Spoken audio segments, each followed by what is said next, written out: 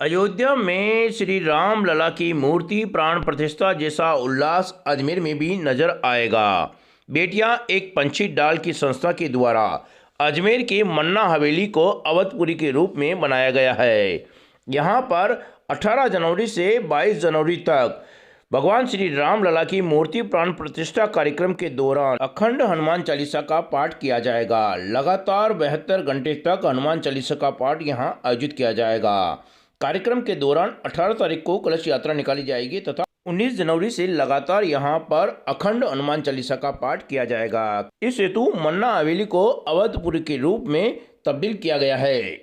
कीर्तिमान बन रहा है। 500 वर्ष के वनवास के पश्चात राम जी अपने धाम में पधार रहे हैं, तो अजमेर में भी इस तरह का एक आयोजन हमने प्रयास किया है और लगातार 72 घंटे तक हनुमान चालीसा का अनवरत पाठ और प्रत्येक पाठ के ऊपर आहुति, ऐसा शायद संभवतः पहली बार कहीं हमारे यहाँ होने जा रहा है। और हमारे कोटा के मशहूर व्याकरणाचार्य जी और विद्वान पंडितों के द्वारा किया जा रहा है, तो ऐसा संभवतः विश्व में पहली बार होगा।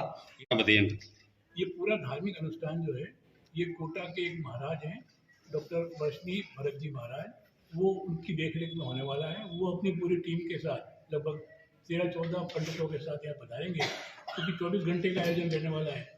कुछ विश्राम करेंगे, कुछ वापस टेक ओवर करेंगे।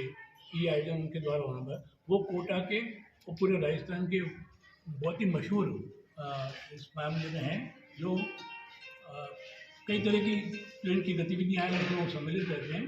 और कुल पुरोहित के अलावा वो बहुत सारे काम भी करते हैं, जन्मपत्री भी अच्छी पढ़ते हैं, बाकी कई चीज़ें उनकी देखरेख में होने वाली हैं। तो उनके होने से हम लोग निश्चिंत हैं कि हमें पंडित और वो जो हमारे जो 4 दिन का लगातार प्रोग्राम है 72 घंटे का, उसमें कोई बाधा आने की संभावना नहीं है। वो उसको हमने सबसे पहले इंश्योर किया है। 18 तारीख से 22 तारीख तक राम लला की प्राण प्रतिष्ठा महोत्सव के उपलक्ष्य में हमारी संस्था बेटियां पंछी एक डाल में 72 घंटे का निरंतर हनुमान चालीसा और यज्ञ का आयोजन कर रहे हैं अवधपुरी मन्ना हवेली धोलाबाटा। क्या खास रहेगा इस आयोजन में सबसे खास ये है कि 72 घंटे निरंतर हनुमान चालीसा का पाठ रहेगा और हर हनुमान चालीसा की पूर्णाहुति के ऊपर आहुति दी जाएगी।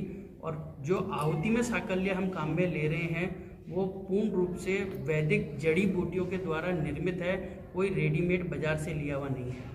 हमारी संस्था की जितनी भी सदस्याएं हैं वह सब मिलकर के सवन सामग्री को अपने हाथ से बना रही है और उसी को इसके साकल्य में इसमें काम में लिया जाएगा। और किसी संस्था का सहयोग वगैरह? हमारा प्योर देशी गाय का घी हम काम में ले रहे हैं, किसी प्रकार का कोई दूसरी ऐसी कोई सामग्री काम में नहीं ले रहे जो वैदिक रीति के अनुसार नहीं हो।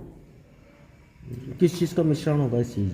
इसके अंदर छाप छबीला, लौंग, जायफल, हरी इलायची, बड़ी इलायची, नाग केसर, नागर मोथा, जटामासी, इस प्रकार की टोटल 22 जड़ी बूटी हम काम में ले रहे हैं। गूगल, धूप, इत्र, जिससे वातावरण एकदम शुद्ध हो जाएगा। और इसका जो बाद के अंदर हवन पूर्ण होने के बाद में कोई भी अगर यज्ञ भस्म ले जाना चाहता है तो वह ले जा सकता है हमारी। ये मन्ना हवेली में जिसका नाम हमने अवधपुरी रखा है, उसमें एक 72 घंटे का निरंतर हनुमान चालीसा का पाठ होने वाला है।